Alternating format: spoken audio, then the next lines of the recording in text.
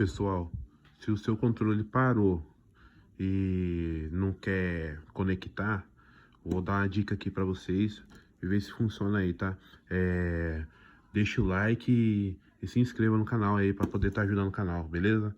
Ó, bem simples e fácil, vou mostrar pra vocês.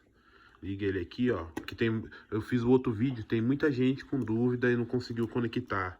Fala que não tá aparecendo no celular ou no outro dispositivo que for conectar. Então, ó, faz aqui, ó, faz o reset de 5 a 10 segundos, tá? Vem aqui, ó, atrás do controle. Você vai procurar um botãozinho bem pequeno aqui, ó. Botão não, um furinho, né? Desculpa, um furo bem pequeno, ó. Vem aqui, ó, e aperta de 5 a 10 segundos, ó. Já era, acabou, beleza? Se deu certo, curte, comenta aí, beleza? Falou!